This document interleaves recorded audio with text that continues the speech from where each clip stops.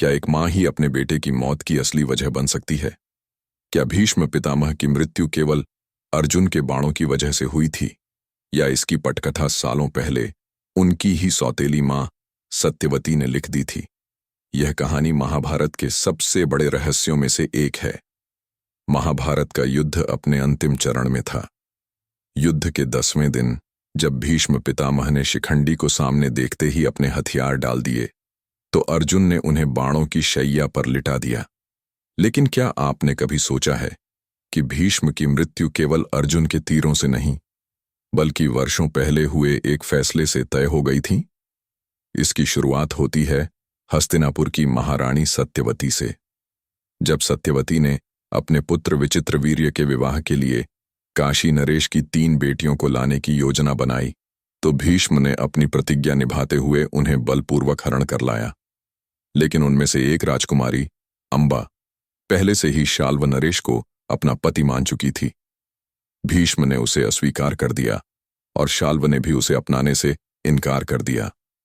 अपमान और बदले की आग में जलती अंबा ने भीष्म के अंत की प्रतिज्ञा कर ली।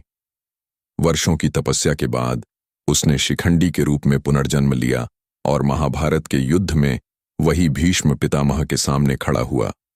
भीष्म, जो अपने आदर्शों और प्रतिज्ञा के लिए जाने जाते थे, शिखंडी को एक स्त्री के रूप में देखते हुए उसके खिलाफ युद्ध नहीं कर सके और उन्होंने अपने हथियार छोड़ दिए।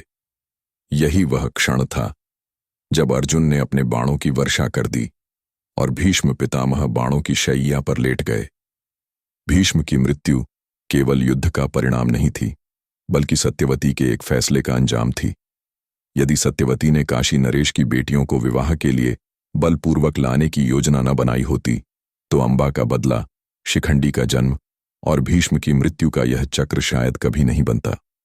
यह महाभारत की सबसे गूढ़ और चौंकाने वाली सच्चाइयों में से एक है। क्या आप मानते हैं कि भीष्म की मृत्यु केवल युद्ध की रणनीति थी, या यह वर्षों पहले लिखी गई एक साजिश? अपने विचार हमें कमेंट में बताएं और ऐसे ही रोचक और अनसुने महाभारत रहस्यों के लिए चैनल को सब्सक्राइब करें।